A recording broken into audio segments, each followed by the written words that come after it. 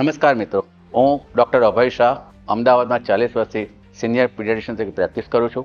આજે આપણે એક અગત્યની વેક્સિન વિશે વાત કરવા માગું છું અને તે છે ઇન્ફ્લુએન્ઝા વેક્સિન. મિત્રો, ઇન્ફ્લુએન્ઝા વેક્સિન જ્યારે કોઈ પણ નાના બાળકને, એટલે કે જે બાળક 5 વર્ષથી નીચેનું હોય અથવા તો જે બાળક કોઈ ક્રોનિક બીમારીથી પીડાતું હોય, લાઈક ડાયાબિટીસ, અસ્થમા અથવા તો કિડની ડિઝીઝ કે ક્રોનિક લંગ ડિઝીઝ, કેન્સરથી પીડાતું હોય, એવા બાળકને જ્યારે ઇન્ફ્લુએન્ઝાના રોગનું સંક્રમણ થાય છે ત્યારે બીજા હેલ્ધી બાળક કરતાં આ બાળકને સિરિયસ થવાના ચાન્સીસ ખૂબ જ વધારે હોય છે.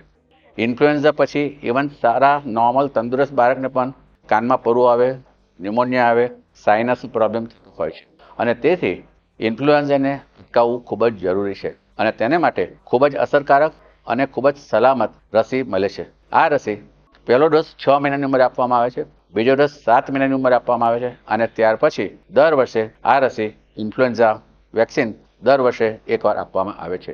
તો એક જાગૃત પેરેન્ટ્સ તરીકે આપને હું નમ્ર વિનંતી કરું છું કે ઇન્ફ્લુએન્ઝા વેક્સિન આપવાનું જરા પણ ચૂકવતા નહીં. નમસ્તે.